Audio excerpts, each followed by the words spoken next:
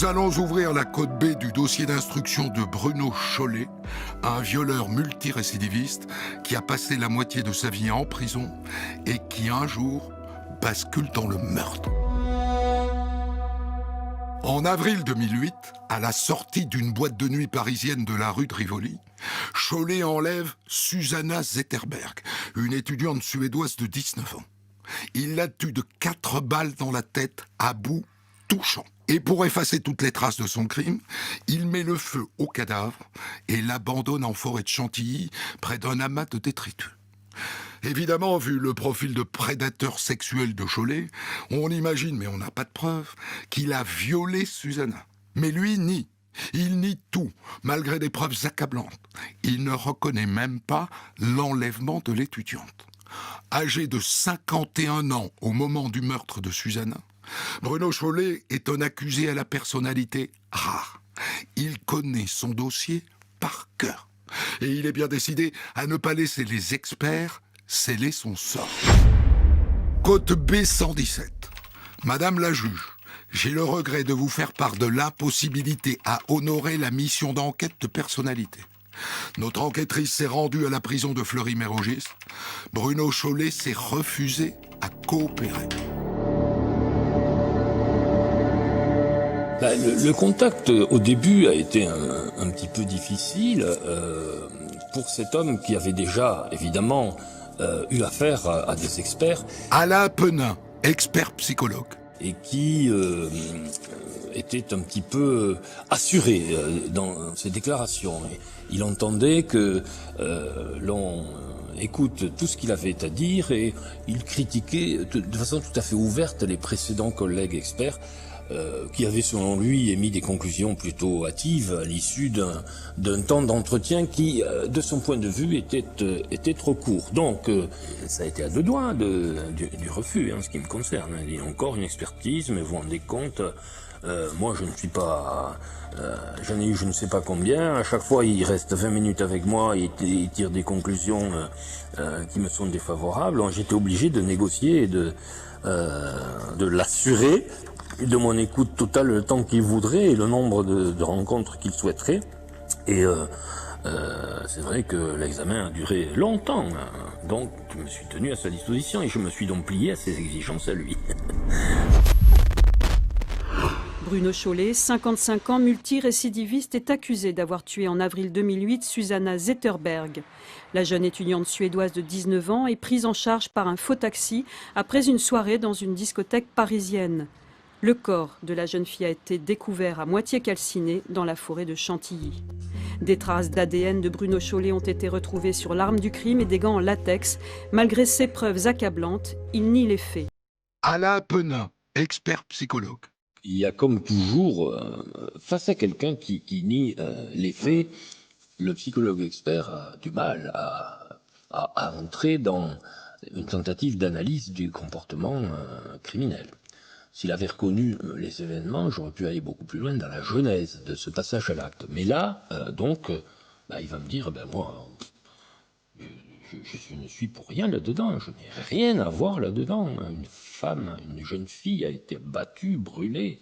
Moi, on m'accuse d'être auteur des faits, je n'ai strictement rien fait. Alors, bien sûr, j'ai un passé, mais moi, je n'ai jamais tué qui que ce soit. Je suis serein. Je sais qu'il y a mon ADN qui a été retrouvé sur l'arme, mais mon ADN est minoritaire. Donc, une attitude de négation totale de toute forme de responsabilité. Alors, plusieurs niveaux, évidemment. Un premier niveau utilitaire. C'est pas moi, je n'ai rien fait, je n'étais pas là. Donc, une première tentative de protection contre des investigations. Mais il y a peut-être un deuxième niveau un petit peu plus inconscient. S'il est l'auteur de ces agissements, il est certain que l'image qu'il va avoir de lui, celle d'un prédateur sexuel, celle d'un assassin et celle d'un homme particulièrement agressif qui va tenter de faire disparaître les preuves, cette image est loin de flatter son ego. Donc, s'il admet cette culpabilité au sens pénal du terme, mais aussi s'il accède à la culpabilité au sens moral, le risque, c'est vraiment cet effondrement narcissique qui pourrait être délétère pour sa propre personnalité, d'où peut-être sa façon de mettre à distance les événements pour s'exonérer de la responsabilité de leur commission. Code B94. Rapport d'expertise psychiatrique des docteurs Fishman, Matisse et Meyer-Buisson. Bruno Chollet veut affirmer avec une logique implacable que tout son passé le condamne. Je suis déjà jugé. Il n'y a aucun problème, donc tout se jouera sur la cassation. Bruno Chollet conteste les rapports d'expertise. Il dit que les experts sont des abrutis. Je rencontre M. Bruno Chollet la première fois alors qu'il y a déjà l'instruction qui s'est quasiment terminée. Il fait appel à moi parce qu'il conteste les faits. Je m'appelle Aurélie Cerceau, je suis avocate au barreau de Paris et de Montréal et j'ai été, il y a quelques années, l'avocate de Bruno Chollet. Il veut qu'un avocat ait un œil neuf sur son dossier. Et il m'écrit en me demandant de venir le voir. Il est à ce moment-là incarcéré à Fleury-Mérogis et je me rends à Fleury-Mérogis, où il est dans un quartier fermé, protégé. On m'installe au parloir avocat. Je suis seule dans cette toute petite salle et je sais à peu près à quoi il ressemble. Et j'entends des pas. Hé Chollet, parloir avocat, c'est pour toi. Maître Cerceau, tiens-toi droit et pas d'embrouille, ok? J'entends la porte qui s'ouvre et je vois arriver un homme, Bruno Chollet, avec 2 énormes valises remplies de son dossier, de toutes les pièces de son dossier. Il souffle, il a du mal à respirer, il pose ses 2 énormes sacs, il s'assoit, il me regarde et il reste silencieux. J'observe ses valises, je l'observe et il se présente. C'était fou. C'est fou, c'est-à-dire il avait même réussi, alors je sais plus par qui, mais à avoir des post-it. Il avait plein de post-it, il y avait des couleurs, il y avait, je ne me souviens plus mais il y avait des couleurs, la couleur bleue c'était une demande d'expertise, la couleur jaune c'était sur la personnalité d'un tel, et donc il voulait des expertises ou bien des vérifications pour assurer qu'à telle heure, tel jour, cette personne-là n'était pas là. Et donc il y avait un code couleur pour tout. Il avait aussi demandé à avoir accès à un code pénal, procédure pénale. Donc il faisait des liens avec tel article en disant ça ne correspond pas, il y a des erreurs. Enfin, c'était assez incroyable. Je n'ai jamais vu ça. Quelle que soit la matière, que ce soit en pénal les affaires, dans les affaires criminelles, dans les affaires correctionnelles, que ce soit des gens instruits, pas instruits, je n'ai jamais vu ça. C'était stupéfiant à quel point il voulait absolument que chaque détail soit pris en compte, y compris sur son passé judiciaire.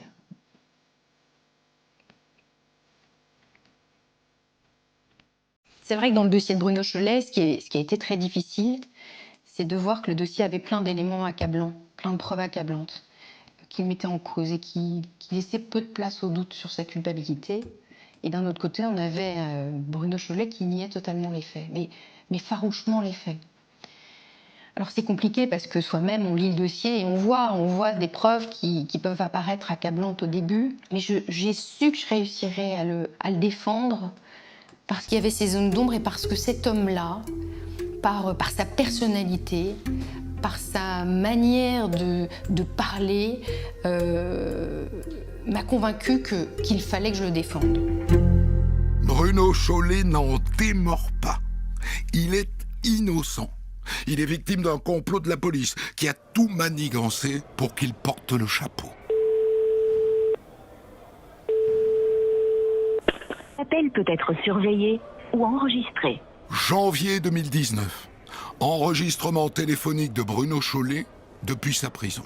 Pour en revenir au véhicule, et il a été reconnu qu'il y avait qu'une seule et unique trace de pneus.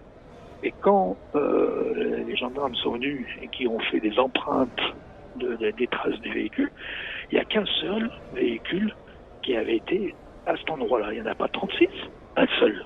Eh bien, qu'est-ce qu'on lit en code D2627 ? c'est l'avant-dernier paragraphe. Aucune correspondance ne peut donc être établie entre le moulage et le pneu du véhicule utilisé par M. Cholet-Bruno. C'est pas moi qui le dis, c'est les experts. Il y a une seule trace sur place, d'un seul véhicule. Ils en prennent le moulage, c'est pas le mien. Et il y a plein de trucs comme ça, plein.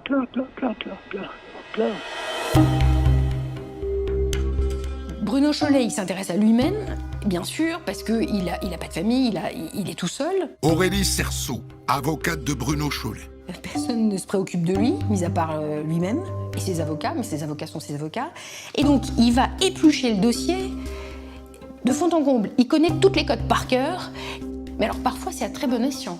Parfois, il voit des choses que même nous, avocats, on passe très rapidement. Donc, il va voir que l'expertise des pneus, des traces de pneus n'a pas été réalisée, alors que c'est important dans son dossier. Il va voir plein d'éléments et il connaît son dossier par cœur. Alors, est-ce que c'est de l'égocentrisme ou c'est tout simplement parce que finalement, le centre de sa vie, c'est son procès et c'est son avenir? S'il réussit à démontrer qu'il est innocent, il sort, il est libre et il peut construire une vie. Et il a un rêve de vie. Ou bien, si il est déclaré coupable, sa vie s'arrête net. Il sait qu'il va être condamné à perpétuité avec une peine de sûreté telle qu'il a peu de chances de sortir vivant de détention. Donc il le sait. Donc il se focalise sur le dossier. Et effectivement, il va demander plein d'expertises, de contre-expertises. Il va tanner tout le monde pour avoir des résultats sur ce qu'il considère être important. Et parfois, il a raison.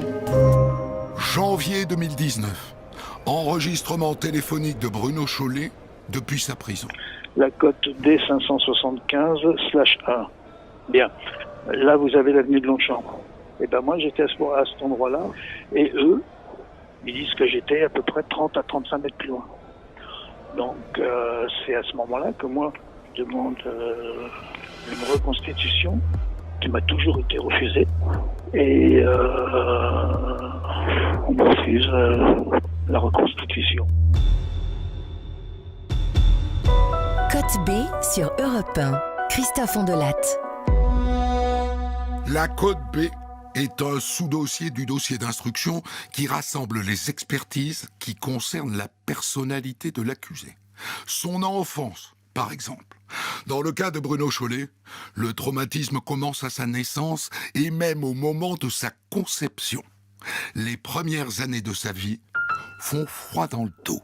Je pense qu'il a été très tôt en difficulté avec l'image paternelle.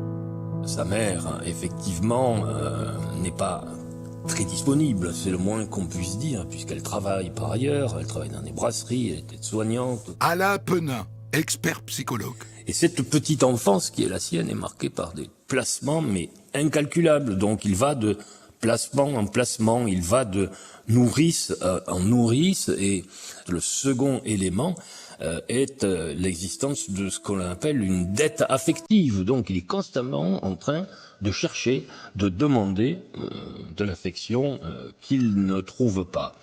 Et dans ces circonstances, et jusqu'à l'âge de 5 ans, il est effectivement un enfant tout à fait turbulent. Alors, il y a tout de même un placement qui est structurant et très significatif pour lui. C'est lorsqu'il va être placé chez une dame qu'il appelle Madame Voisin. Et là, il va recevoir, je le cite, beaucoup de tendresse. C'est auprès d'elle qu'il va se structurer, qu'il va faire le plein, si j'ose dire, de l'immense besoin d'affection qui est le sien.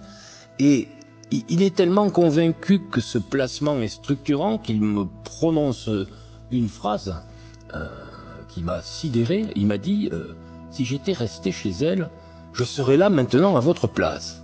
Sous-entendu, je ne serai pas l'homme que l'on accuse des horreurs que l'on me reproche en tout cas, mais je serai quelqu'un de tout à fait en place sur le plan social et tout à fait estimable. Et donc ce placement qui était structurant, malheureusement a été interrompu, puisque effectivement on a décidé, les services sociaux ont décidé de le replacer chez sa mère. Et là, la rupture avec Madame Voisin, cette femme qui vraiment l'avait aidé à s'organiser sur le plan psychologique, cette rupture est vécue encore une fois tout à fait douloureusement. Et la pardon, elle grossit, elle grossit. Comment voulez-vous qu'un enfant à 3 ans, c'est un bébé quasiment, Aurélie Cerceau, avocate de Bruno Chollet.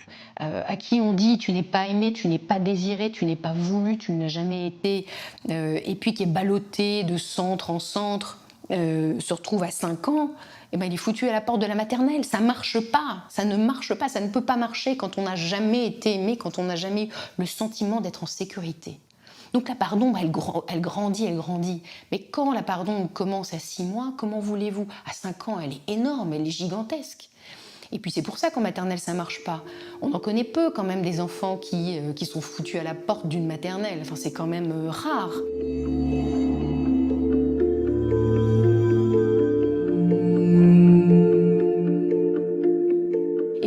Et puis il bascule très vite.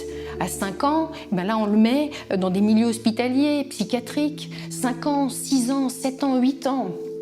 Code B86. Rapport d'expertise des docteurs Fishman, Matisse et Meyer-Buzan. À 7-8 ans, Bruno Chollet est hospitalisé en psychiatrie pendant quelques mois à Clermont dans l'Oise. Il s'est énervé et les infirmiers l'ont mis dans une chambre de contention. Il a reçu des somnifères et des neuroleptiques. Son oncle venu lui rendre visite est choqué de le voir transformé en légume. Bonjour Madame Chollet, vous allez bien? Je suis sincèrement désolé, mais votre fils dort profondément. Vous n'allez pas pouvoir le voir tout de suite, alors ce que je vous propose, c'est de patienter un petit peu en attendant qu'il se réveille. Ça ne devrait pas tarder. Il faut attendre, elle n'a pas le temps.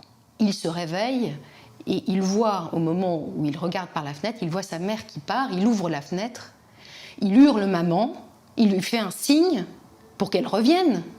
Elle le regarde, elle lui dit au revoir, elle ne remonte même pas pour l'embrasser et elle repart.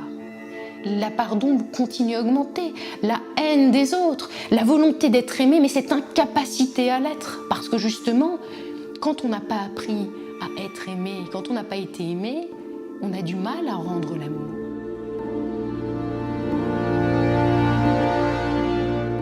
Bruno Chollet est reconnu par le nouveau compagnon de sa mère.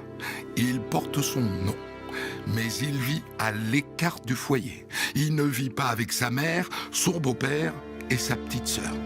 À 11 ans, il est replacé à nouveau dans des instituts médicaux, jusqu'à 12 ans, à 13 ans. En fait, il reste enfermé. Aurélie Cerceau, avocate de Bruno Chollet. Et il voit ses parents de temps en temps. Donc, forcément, sa noirceur, sa douleur, le fait de ne pas apprendre à aimer parce que personne ne l'aime, il va se construire dans une haine, dans une incompréhension. Cette société qui l'accable, ses parents qui le rejettent, sa petite sœur qui, elle, ne doit pas bien comprendre, ils ont 7 ans d'écart, et qui ne veut pas qu'il vienne, parce que quand il vient, ça se passe mal, mais c'est inévitable. Et donc, cette structure familiale, sociale, tout ça fait qu'il y a une violence qui se dégage, il y a une haine qui se dégage, et il ne peut pas ne pas devenir un délinquant. Ça n'est pas possible. Il aurait fallu qu'il fasse une rencontre au bon moment. Mais il n'y a pas de rencontre, il n'y a pas de bonne rencontre. Code B85. Conclusion des éducateurs de l'Institut médico-pédagogique de la Nouvelle Forge à Senlis. Son séjour est marqué par une grande immaturité, une impulsivité et une instabilité. Il fait des fugues et peut être violent avec les autres. Il est en pleine crise pubertaire et ses préoccupations sexuelles sont au premier plan. Il n'a pas vraiment sa place dans le groupe. Janvier 2019. Enregistrement téléphonique de Bruno Chollet depuis sa prison. Alors à 12 ans, j'avais fait une fugue. Je m'étais retrouvé à Cannes et on m'a arrêté. On m'a emmené au juge des enfants. Le juge des enfants m'a dit, ben voilà, j'ai 2 solutions pour toi. C'est soit une famille d'accueil, soit la prison en attendant un convoyeur, enfin une convoyeuse. Et là, bon, avec ma grande intelligence, hein, je l'ai envoyé se faire enculer.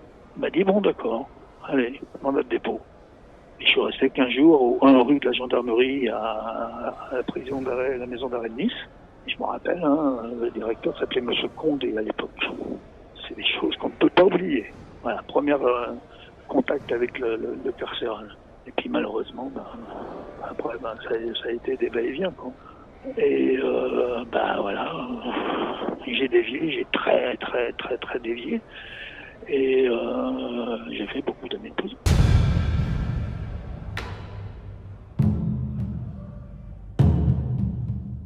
Il m'a parlé d'une agression sexuelle grave dont il aurait été victime et il se souvient très bien du moment où ça s'est produit. Alain Penin, expert psychologue. C'était un 14 juillet.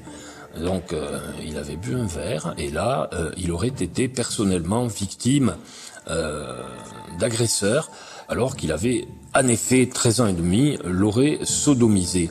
Et lui aurait adressé une phrase extrêmement agressive. Cette phrase, elle est pas belle cette petite pute, en parlant de lui. Et effectivement, cette agression sexuelle grave, ce viol, s'il a eu réellement lieu, est susceptible également d'avoir structuré des éléments particulièrement négatifs sur la conception qu'il pouvait avoir des relations humaines et notamment des relations sexuelles.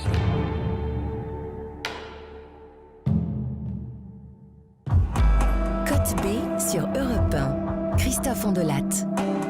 Bruno Chollet a eu une enfance fracassée. Il est entré très tôt dans la délinquance. D'abord des vols de chéquiers, puis des braquages, et à 19 ans, son premier viol.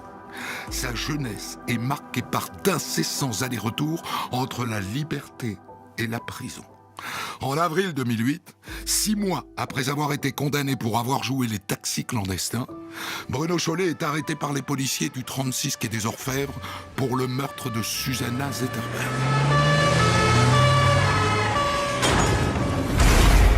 Janvier 2019, enregistrement téléphonique de Bruno Chollet depuis sa prison. Alors le jour exactement, je ne me rappelle plus quand je me fais arrêter. Mais moi, ça fait 8 jours à peu près, avant que je me fasse arrêter, ça faisait 8 jours que j'avais repéré que j'étais suivi. Donc j'y prêtais pas plus attention que ça, j'y croyais que c'était plutôt les stupes, parce que j'ai fait 2 ou 3 go-fast, et que je connais quelques personnes qui sont très pistées, quoi. Donc je pensais que c'était des stupes. Bon, alors, comme il n'y avait rien à m'empocher de ce côté-là, avec ce véhicule, je faisais pas plus attention que ça, quoi. Donc il suffit après de prendre la cote, les cotes D442, etc., etc. Là, vous avez les procès de surveillance et l'arrestation.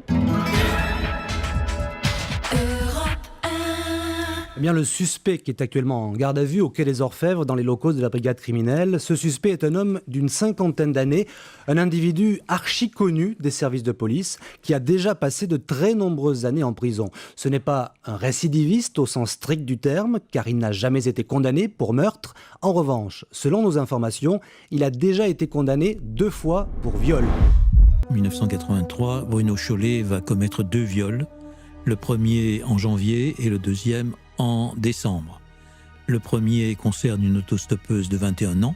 Il emprunte des chemins détournés qui l'emmènent dans un bois. Il prend un chemin forestier et puis là, il exhibe son arme de poing et il menace la jeune femme en lui demandant de se déshabiller, de lui faire une fellation.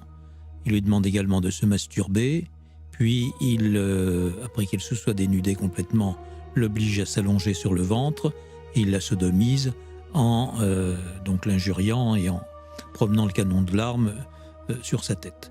Ensuite, il va prendre l'écharpe que porte la jeune femme et il lui attache les mains dans le dos et puis il s'en va en la laissant entièrement nue dans la forêt, dans le bois.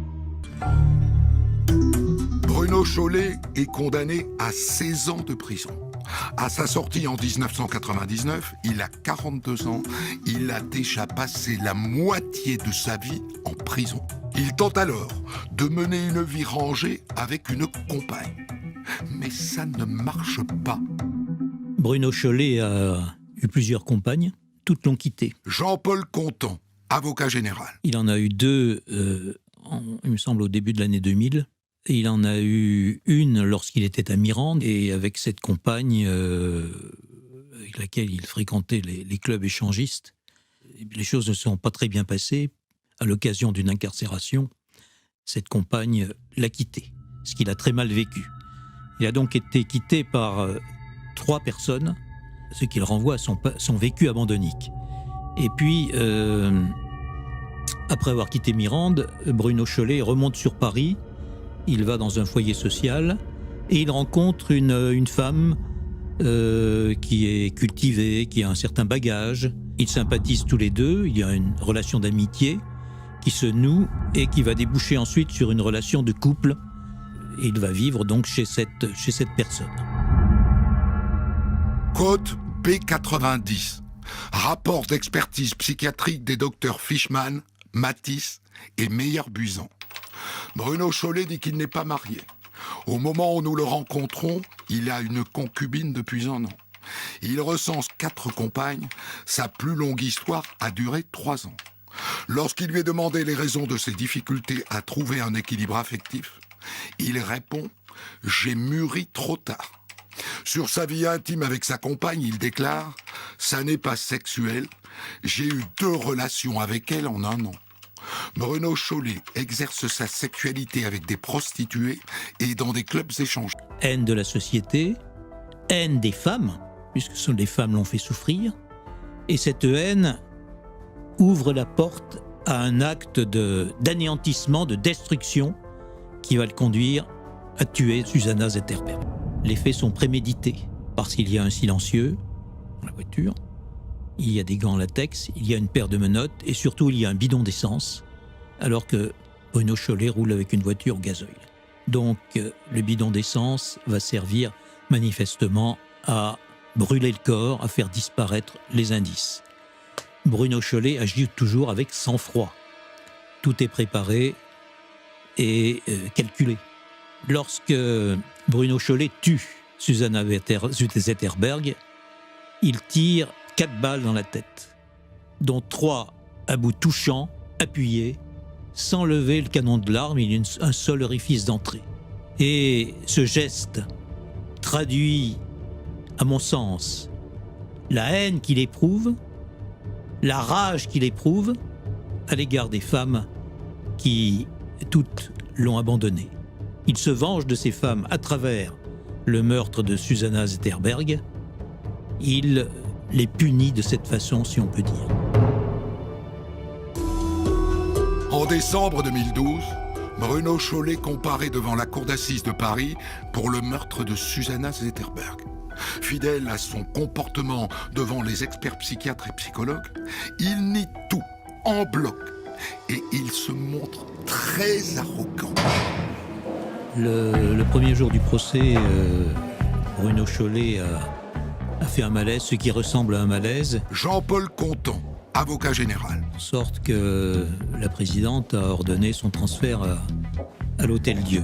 Je suis incapable de dire si ce malaise était réel ou simulé. En tout cas, Bruno Chollet était très mécontent d'avoir été transféré à l'Hôtel-Dieu. Et le lendemain, si je parle de mémoire, il s'est déshabillé complètement dans sa cellule au dépôt. Il était entièrement nu et refusait de monter habillé. La présidente Xavier Simeoni lui a dit à ce moment-là qu'on le fasse monter. Et puis un garde de l'escorte est allé discuter avec Bruno Chollet qui a accepté finalement de se rhabiller.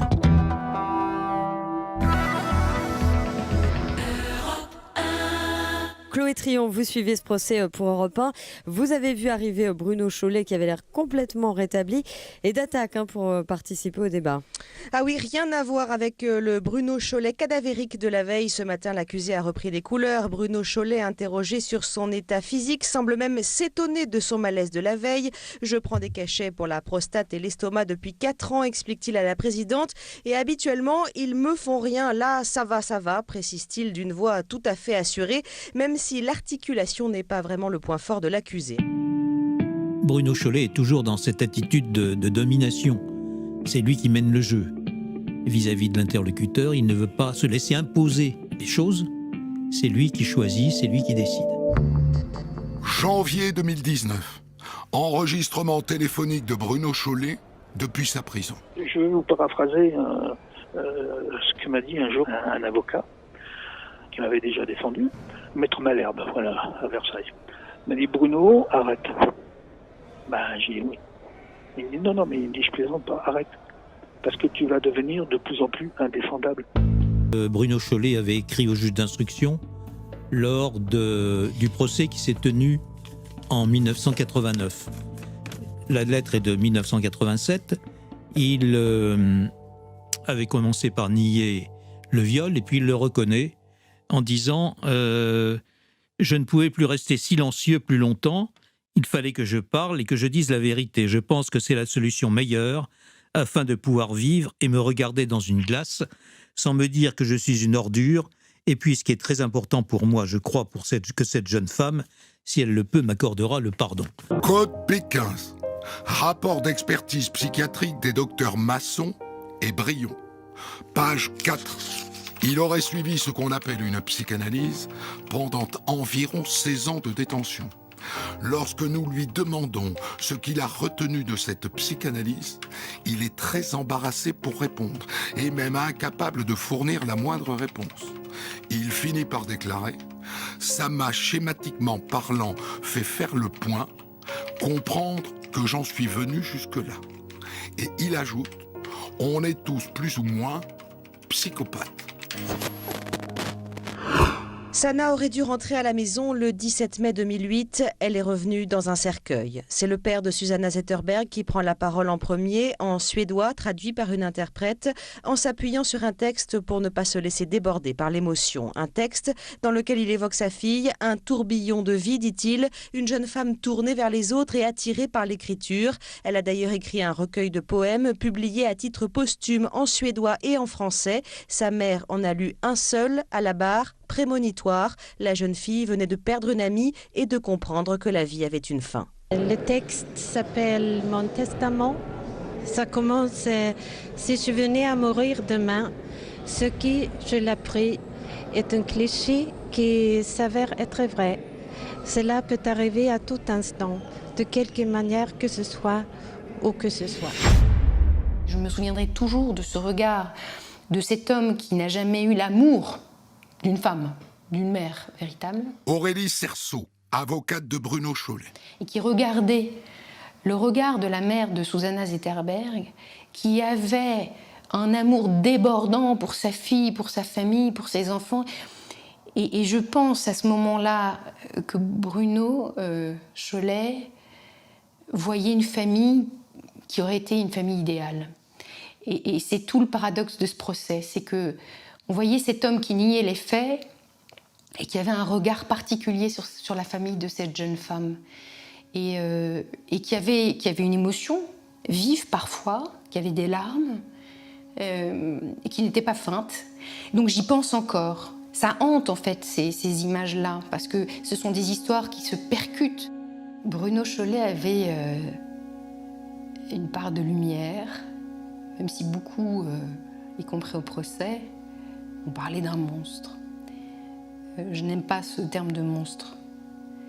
Mais cette part de lumière, je l'ai vue. Je l'ai vue bien sûr dans nos entretiens en face à face, et je l'ai vue même pendant le procès. C'est marrant parce qu'il avait parfois un regard comme un regard d'enfant. Je voyais dans son regard le regard qu'il devait avoir enfant, lorsqu'il attendait que sa mère vienne le voir, qu'elle ne venait jamais. Ce désir d'être aimé, ce désir de convaincre, ce désir de montrer qu'en fait il était un homme bien, même si tous les faits qu'il a commis démontrent peut-être le contraire.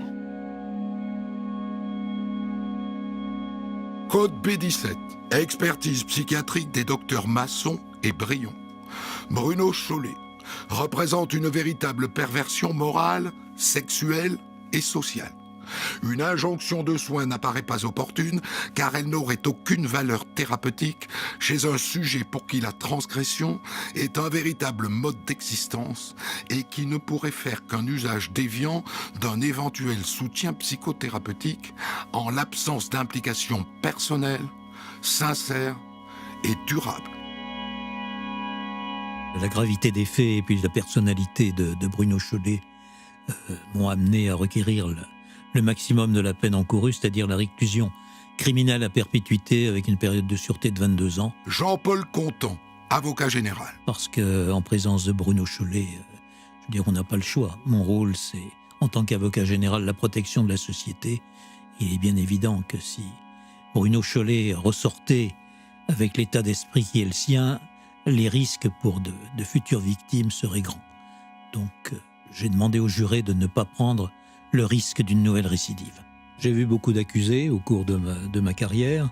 Je crois qu'on peut compter sur les doigts de la main, peut-être des deux mains, ceux pour lesquels le pronostic est très sombre, pour ceux pour lesquels aucune réinsertion n'est envisageable.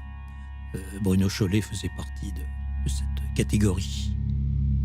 En première instance, comme on appelle, Bruno Chollet écope d'une peine à perpétuité assortie d'une période de sûreté de 22 ans.